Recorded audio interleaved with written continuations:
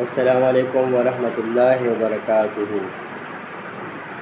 هر چېرته چې الله مو ښاد آباد او خوشحاله لره او الله مو د ژوند په هره لمحه کې او هره ګړۍ کې خوشحالي او کامیابي نصیب کا. د خانداني اختلافاتو د ختمولو لپاره ډېره مجربه او ډېره ښکلې وظیفه. هغه څوک چې د هغوی په خاندان کې جنګ جګړې وي، فسادونه وي، نفرتونه وي، د یو بل نه لرېوالی وي، یو بل نه خفګانونه وي، او هغوی دا غواړي چې زموږ د خاندان په یو بل کې مینه، محبت، اتفاق، اتحاد دا راشي او دا نفرتونه او دا بغضونه د یو بل سره جنګ جګړې دا ختم شي.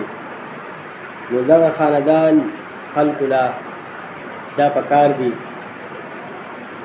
که هغې کې یو کس یا یو څو تنه په شریکه باندې یا څوک ځان له یا په جمع باندې هغې دا وظیفه کول غواړي، نو هغې دې دا وظیفه وکړي چې هغې دې د سحر د مانځه نه وروستو سورت قریش دا د 100 پیرې وایي.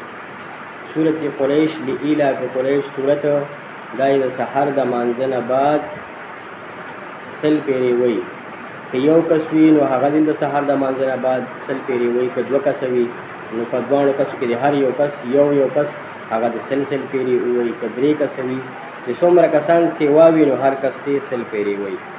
نو انشاءالله تعالی چې لږ وخته پورې دا وظیفه وکړي، هفته 2-3 هفتې او کم از کم 140 ورځو پورې یا د دې نه لږ سیوا، نو انشاءالله تعالی الله رب العالمین به د خاندان دا اختلافات، دا جنگ جګړې، د یو بل سره دا بغض او حسد دا به د دوی ختم کړي الله رب العالمین، او د دوی به الله رب العالمین په خپل منځ کې اتحاد اتفاق دا نصیب کړي.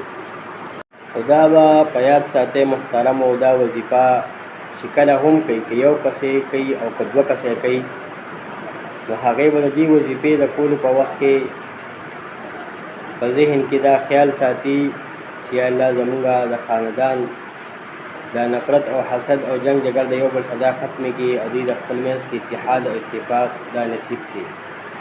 یعنې په پوره توجه سره به دا وظیفه کوي او دا وظیفه چې کله وکړي نو د دې نه بعد به ښه په خشوع خضوع سره د خپل خاندان د اتحاد او د اتفاق لپاره دعا کوي.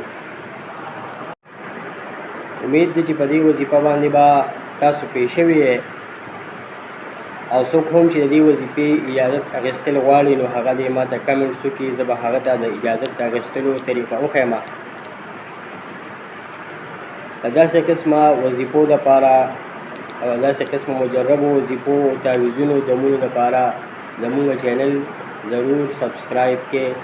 هر چېرته چې الله مو ښاد آباد او خوشحاله لره. السلام علیکم ورحمت الله.